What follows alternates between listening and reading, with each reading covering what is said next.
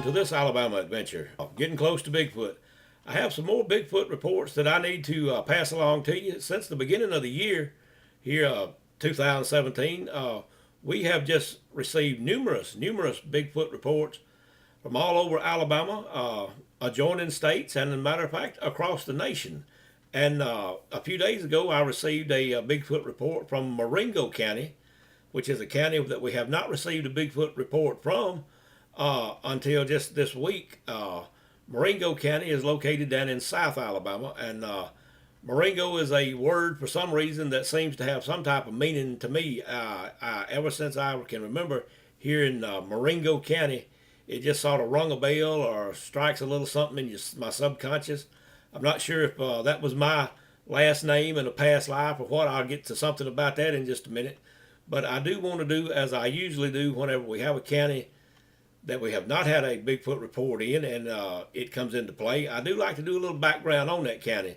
So when I'm talking to people in that area or somebody as a witness down there, at least I kind of have an idea of what the county is, where it's at, and what it's kind of famous for or whatever, or where it originated from. It was named in honor of the battlefield where Napoleon Bonaparte defeated the Austrians way back in 1800. And you may say, well, why would they want to name a county after a place like over in France? I believe Marengo, the battlefield where Napoleon defeated them, was in France, I believe. But anyway, it was called the Battle of Marengo, and it was near the city of Turin, Italy. And I know you have heard of Turin, Italy. It's kind of famous about the Shroud of Turin, which is supposed to be the burial cloth of Christ. And I may try to do a video on that later on. But anyway, why it was named that after the Creek Nation was defeated and the Indians were sent to Oklahoma on the Trail of Tears, the United States government gave a lot of land to the French people down in South Alabama. The area that is now Marengo County was that particular area. And I can remember in the 4th grade reading something about a vine and olive colony. Had no idea what that was back then, but that's kind of what it is. The people from France wanted to move here to southern Alabama so they could grow olives and grapes and that type of stuff and make wine. So that's where Marengo came from. That's they kind of named it that in honor of Napoleon. And I have a little connection here with Napoleon that I'll tell you about in just a few minutes. And there's a lot of connections that I'm going to tell you about in this particular county and everything. I'll try to talk briefly about them. And I know a lot of you say, well, a lot of your brief stories turn into segments on Alabama Adventures. And maybe so, but it's going to learn some little interesting fact, going to kill you tonight. Maybe not. But that's just something that I like to do. And now that I'm getting old and getting set in my ways, I guess I can do little things like this and sort of get by with it. The word Marengo kind of has a sound to me like a Western type sound, like an Old West gunfighter or an Old West town or something like that. You remember there was a gunfighter or an outlaw back in the Old West named Johnny Ringo, and it kind of reminds me of that. It has somewhat of an Indian sound too, maybe Choctaw, since the Choctaw did own that particular area back then. But it also sounds kind of like Inca or Aztec, a word to me. But maybe I should have just changed my name to that now that I got on here doing this Alabama Adventures and stuff. Jim Marengo would have a better sound or a little bit more catchy than Jim Smith. I guess Jim Smith is easier to remember. If you remember the video that we did a while back on Goldville, which is an old mining ghost town pretty much here in Alabama. It's pretty much a ghost town now. Some of the members that investigated the town with me believe that we were contacted by 3 spirits that once lived in that particular town, and they were Sadie, Lila, and Ruby. They were saloon girls of a time gone past. And from this video and investigation, I wrote a little booklet called The Saloon Girl, and I feel that particular book was inspired by these 3 spirits, especially Lila, and that maybe I lived a past life in the Goldville, and that she and I knew each other very well there. And this is an artist rendering of she and I at the Goldville Saloon. Maybe that's who I was in those days. Maybe I was a cowboy or a drifter or a gold miner named Jim Marengo. Maybe that's where the familiarity of the word comes from. You never know. Maybe so. I hope so sometime. But let's move on. Okay, and as we get on with this Alabama adventure, getting close to Bigfoot, just wanted to let you know that I have been on the telephone all afternoon this afternoon talking with people that had emailed me with reports of Bigfoot sightings. I have never received as many Bigfoot sightings at the same time as I have lately, and I am sure it's because of the way the woods are being cut here in Alabama is one reason that has got Bigfoot here on the move, and I believe across the country as well. I may go into that later into this video, but we may not have time. Hold on a minute. Sinus getting the best of me too today. But anyway, here we go with the first Bigfoot encounter that happened in Marengo County. I have received reports today from as far away as Lawrence County, DeKalb County. Once again, we get a lot from up in DeKalb. Let me see where Tuscaloosa, Tallapoosa, Coosa, just Clay. Oh, that's what I wanted to tell you one thing about Clay County. And guess who has stuck his old head back out up in Clay County? Our white Bigfoot that I managed to video a while back. And I refer to him as Wilson. That's just a name that came to me whenever I saw him the first time on video. I didn't actually see him in person. But after we downloaded the video and someone else caught Wilson running across the video on there. So Wilson has reared his old head back up in Clay County a time or two lately. And I just found out about it again today. But he's not at his old location. He's moved on a little bit further, and but he's still in Clay County. He's not in Woodknock Holler right now. But as I said, he is still roaming around Clay County. So if you're up that way, you might want to keep an eye out for a white Bigfoot. He's been spotted in the daytime, and he's been spotted at night lately. But anyway, if we get to that, we'll get to that. But we're going to do as many as I possibly can tonight before time runs out. And I know you're sitting there saying, well, shut up and tell the sighting reports of what you've seen rather than going into a lot of detail on stuff. But anyway, it's just really fascinating. And to me, the way that Bigfoot is being seen here over the last few weeks. And I want to thank him once again. And if I ever get a chance to hug Bigfoot's neck, I'm certainly going to do that for allowing me to meet all these interesting people that I have met, just like the people that I have talked to this afternoon. Let's get on to Marengo County, and I'm going to tell you a little bit about this sighting. And what I have sort of decided is I'm going to tell you some about this sighting, but I am going to do a telephone interview with this lady that actually came in contact with this Bigfoot in the coming weeks. She can go into a lot more detail. It was a terrifying, it was a traumatizing experience for her, and I hope that by talking to her and letting her know that I do believe what she said about her encounter, that it has helped her some. I certainly know how that is whenever you see something that's not supposed to be real, that's not supposed to be out there, and it does terrify you. I have pretty much been in her shoes, but you can't exactly say you know exactly what anybody else is going through until you have been in their shoes. I do hope that our talking about it has helped her to some degree accept what she saw and experienced that afternoon. What happened, she and two of her brothers were going to a relative's or a friend's house, and they decided to just cut through the this little patch of woods. It would be a whole lot shorter distance than what they had to travel. So anyway, they went through the woods, and in the woods is a power line. And I'm sure you know what a power line cut looks like, where they keep all the trees cut out from under the power line, so if something happens, they can get in there and work on them and everything. But as they crossed the power line, about to enter the woods on the other side to go to whoever it was they were going to see that afternoon, she saw a large Bigfoot, and I believe she said it was the reddish brown Bigfoot. She said he was massive. He was tremendously wide, and said he was around 9 feet tall, she would estimate now. This happened when she was about 14, and her two brothers were about that same age. But anyway, she said when she saw this thing, it frightened her to begin with, and said as they kept walking toward the woods, said then this thing let out four hair-raising, blood-curdling screams, and said that's what frightened her so bad was the way that this thing screamed, and they all took off running. She said for some reason she didn't run as fast as her brothers did on into the woods. She tried to remain as calm as she possibly could, but said she did go on toward the house and run on into the other side of the woods.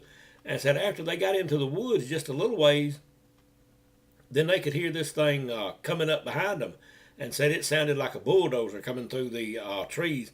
Said it was snapping off large limbs, and if you've ever been in the woods and heard a large limb break, then you know that deep sound that a tree limb makes when it breaks. And she said this was happening over and over, and said they could hear this thing running. Also, they could hear its feet as it hit the ground. But said they were all screaming and running and headed on toward this house to try to get away from this Bigfoot. For some reason, it was agitated or aggravated or mad about something. And that's the thing you don't never know is what has made a Bigfoot mad, or has somebody wounded one, or has something happened to it that has made it this way. Usually the Bigfoot here in Alabama are more calmer. And but anyway, she said later that I'm not sure if it was that afternoon or maybe the next day. As I said, I would like for her to do this interview later on, but I want to tell you a little something about it so you'll be looking for it.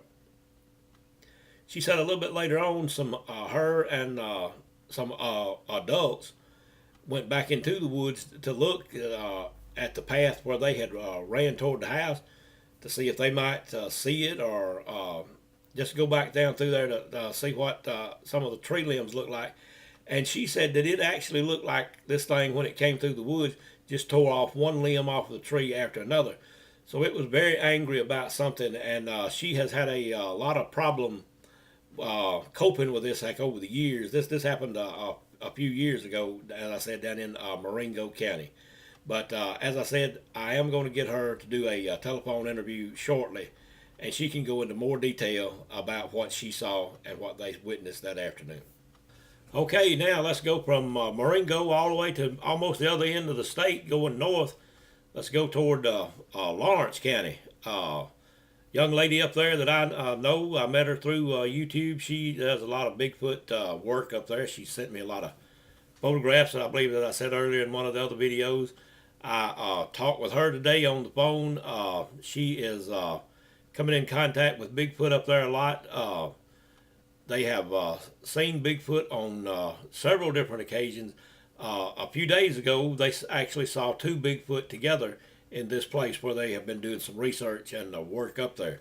They have heard a lot of wood taps. Rock tapping has been going on up there. They said that they have actually believed that they're in a early stages of communicating with Bigfoot. When Bigfoot does make the rock taps, that they will answer back, and then in just a few moments they will get answers back to their wood taps. Don't know exactly what they mean yet or anything, but they have also found in this particular area a lot of broken trees, a lot of bent trees. They are finding a lot of the teepee structures in this particular area. And she sent me a photograph of one that they made last summer while the vegetation was green. She said that they do a lot of camping in this particular area. They hunt this particular spot of woods, not for Bigfoot. They hunt for wild game, deer, and that type of stuff. And she said on several occasions that they have actually left Bigfoot food near the campsite, and said the only thing that Bigfoot has been taking has been the fruits and vegetables that they have left out there, which I guess maybe Bigfoot gets enough of meat, or there was there for a while. It seemed like Bigfoot was in a mood, not in this particular area, but in another area we'll talk about in a minute. It seemed like every time somebody had hot dogs, Bigfoot would raid the ice chest, or he would get what was left on the grill as far as hot dogs. But anyway, she said that they were not having any luck with that. And I did mention to her that I had tried sardines on occasion back in when I was trading with Bigfoot heavily several years ago. And I had very good luck with that. And but anyway, just wanted to let you know that there's Bigfoot activity going on up in Lawrence County. Okay, so now let's swing south and west over to Tuscaloosa County. I was over in Tuscaloosa County while back, we actually did a little investigating over that way while we were there. We traveled some very heavily wooded spots over there, and we did see a lot of Bigfoot sign while we were over there that time. And this is from another Bigfoot investigator that lives in that area. She contacted me a few days ago with her with an email, and I want to get back with her, and I would like to do a telephone interview with her also. She told me that just a few days ago she believes she was followed by a Bigfoot. Now she does a lot of research in her on her property. She lives kind of out in the country over there in Tuscaloosa County, and she has a lot of wooded area that her and her husband have decided to not have clear cut anyway. And it could be that Bigfoot is gathering there to where there are some safe woods, since a lot of the forest around are being clear cut, and he doesn't have anywhere to hide or live or anything. But what she said happened to her was very similar to what happened to our lady in Marengo County. She said she was walking to I don't remember if she said a relative's or a friend's house, but said she was walking from her house over to another house, which is a pretty good little distance, because, as I said, she does live out in the country. Houses are not real close together. But she said there was something in the woods that kept moving along as she moved, and when she stopped, it would stop. She could hear the heavy walking. She could hear some limbs break, and she said she had a whole lot more to tell about it sometime. But what I would like to do with her also, and I'm sure she knows who she is, who I'm talking about, from Tuscaloosa County over there. I am going to get with you on a telephone interview, and let you tell me what you experienced that afternoon. She also said she had some other encounters and sightings that she needed to talk about, and we'll be glad to do that too. I am looking forward to it. Okay, now earlier this afternoon, I talked to another witness that had emailed me and told me of a Bigfoot encounter that they believe they were having up in Clay County. But she said here a while back she also had a Black Panther encounter, and I want to tell you about that real quick. We'll get back to the Bigfoot encounter up there in just a moment. It's kind of a brief one, but anyway, what she said happened was she had walked out of her grandfather's house one night, I believe, and she was walking toward the barn, and she said just out of the woods, this big black animal came walking out of the wood that she thought was a dog. And she said as she got closer to it, said it just seemed real gentle and just sort of moving its head from side to side, and said she kept walking toward the barn, and she began talking to the dog, as you will do whenever a strange dog like that comes up on you. You'll try to keep it as calm as you possibly can. And anyway, she said just out of the blue that this thing just sits down on its hind legs, just like a dog, and said, well, she was going to walk on up to it and pet it on the head. And said as she took another step or two, said she was being very cautious as she went toward this animal. But as I said, she thought it was a large black dog. And she said then suddenly in the moonlight, she saw this thing wag its tail. Said it just went from one side of the body around to the other, how cats will do. And she said that's when she realized that this thing's tail wasn't just right. It wasn't like a dog's tail, that it was every bit as long as whatever this thing was body. And she said then she looked at it closer, or I guess the moonlight was shining on it. She said it kind of turned its head, and she could tell more about it, and it was a Black Panther. And she said after she watched the video where I said a game warden had told me that Black Panthers and coyotes were both turned loose here in the state of Alabama by the state. One was to control the deer population, and then the coyotes became so numerous that they have actually turned Black Panthers loose here to try to control the coyotes. But neither one of them are doing the job. I guess they're just sitting back, laying under some shade tree somewhere, laughing about, well, we really got it made here in the state. But anyway, that was what this lady told me, that she actually encountered this Black Panther. She just walked right up on it. But she said she knew that probably what that game warden had told me was right, because she said this was a very slick, very healthy looking cat that she saw that night. But anyway, that was a Black Panther report that we received just this afternoon from Clay County. And while we're in Clay County, let me tell you what Wilson's been up to lately. It was a few months ago, that this woman was traveling down a road in Clay County. I won't say which one. It was, I believe it was a dirt road. And as she traveled down this road, a white Bigfoot ran across the road in front of her car, and she looked at it as she went by, and that's what she identified this thing as, was a large white Bigfoot one night across the road. And we do like to keep up with all the sightings of where they are and in what counties, even though it was not a terrifying or anything like that encounter. We do like to know where you are seeing Bigfoot and what he may be doing.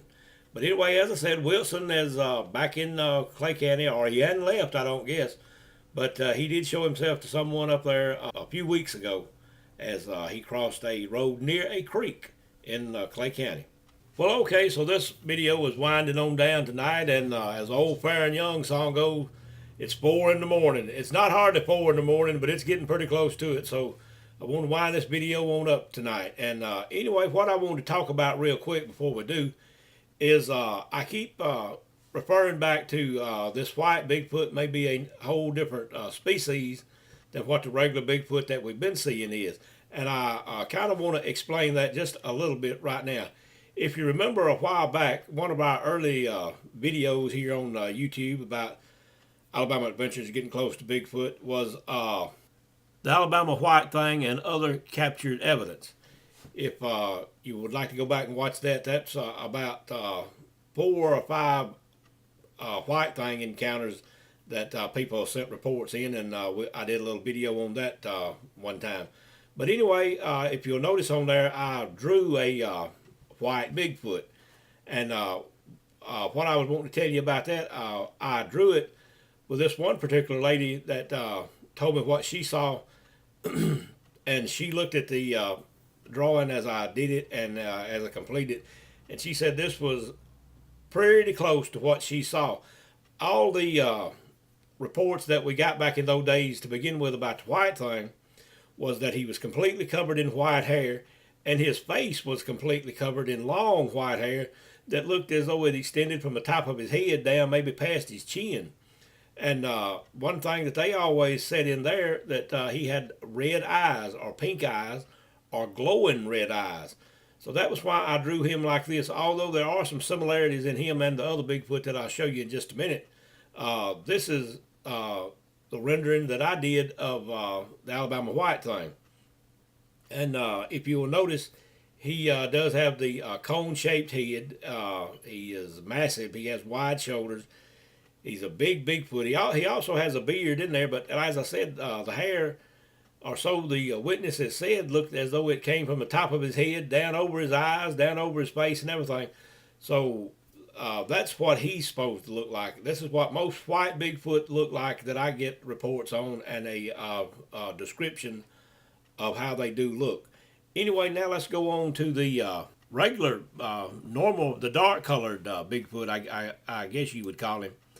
Okay, now this is another drawing that I did a while back, and if you'll notice the same thing about his head, he has the cone-shaped head. He has a broad shoulders. He's a pretty big Bigfoot too. But if you will notice, this one, and as is Patty in the Patterson film, doesn't have a whole lot of facial hair. He looks more like some of us people that's my age now used to look back in the 60s whenever we were kind of hippies, I guess, and had long hair and a beard and looked kind of rough, maybe from working all day or riding a motorcycle all day or whatever we'd been doing. But he doesn't have a whole lot of facial hair, as you can tell in here. These are the reddish brown, the brown, and the black ones are like this. I'll go on and say the black one. I have never seen Big Joe, who is a black Bigfoot. I have seen him from behind. I have not seen his face. This one that I drew here, I worked on this particular drawing for many months. He's one, I can't remember the exact video, but it was one of our early videos. I believe it was Shadow Grove was what the name of the video was. Well, this was where I saw him. This is about as close to a Bigfoot as I have ever come looking at him in the face. And I could tell he didn't have a lot of facial hair. He had kind of a broad nose. You could see his mouth He had more of a Fu Manchu, is what it used to be called, rather than a thick mustache. Part of his center lip was clean, and then it began the hair growing at the edge of his lip there at his mouth, and on his face like a regular beard. But this particular Bigfoot here, let's just say the brownish red ones, you can see their beard, you can see their long hair, you can see a few hairs usually standing up on the back of their head up there at the point of that comb. Well, you can do that with the Alabama white thing or the white Bigfoot. As I said, there are some similarities. There are a lot of differences. Or maybe the dark color Bigfoot just has a better barber than the white ones. We just let it go like that. But it's very possible because of the way they look. I'm not sure what the white thing looks like under that hair, but it could be very possible that they are two different species of Bigfoot. But anyway, you look at it. You look at these two drawings that I have done from, as I said, the white thing was one I did when other witnesses told me what it looked like.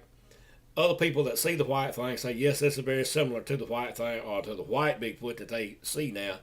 And this dark one, the brownish red or the brown one, is one that I saw, and I very well remember what he looked like.